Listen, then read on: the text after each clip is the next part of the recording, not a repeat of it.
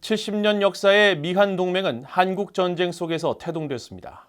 정전협정일에 맞춰 미국 국방부가 미한 동맹 70주년을 기념하며 한국에 대한 방위 공약을 재확인했습니다.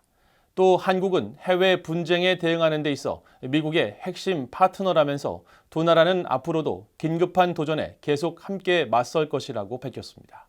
조은정 기자가 보도합니다.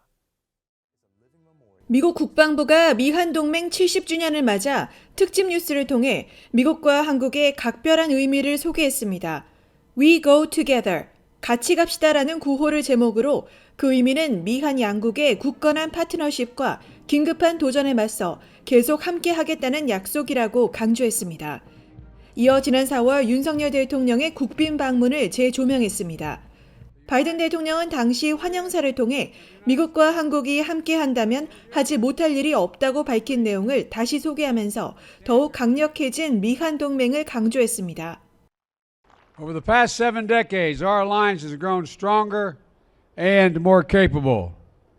And the cooperation between our people, our commitment to one another, has grown deeper across every aspect of our partnership. 국방부는 이어 윤 대통령의 국빈 방문을 통해 미한 양국이 북한의 핵 위협 증가에 맞서 오랜 미한 방위 동맹을 강화하기 위한 새로운 조치들을 발표했다고 밝혔습니다.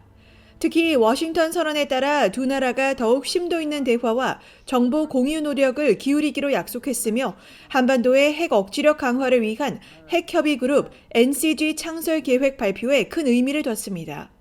특히 바이든 대통령은 워싱턴 선언이 북한의 핵 위협에 대응하고 억지력을 강화하기 위한 신중한 조치이자 한국에 대한 미국의 확고한 공약을 보여주는 상징이라고 강조했다고 전했습니다.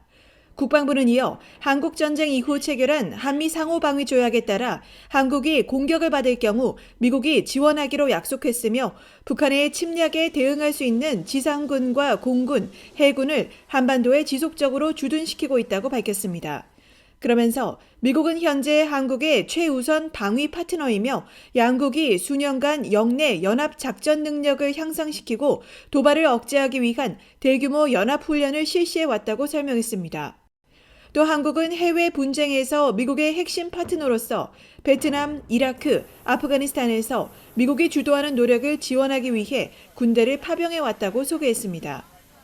국방부는 이어 미국의 로이드 오스틴 국방장관과 한국의 이종섭 국방장관이 제54차 미한 안보협의회 이후 발표한 공동성명에서 북한의 도발 증가에 맞서 동맹의 대비태세를 강화하기 위해 연합훈련을 지속적으로 강화할 것을 약속했다고 밝혔습니다. And at this time of heightened tension, our alliance is ironclad. The United States remains fully committed to the defense of the ROK. And our extended deterrence commitment is firm.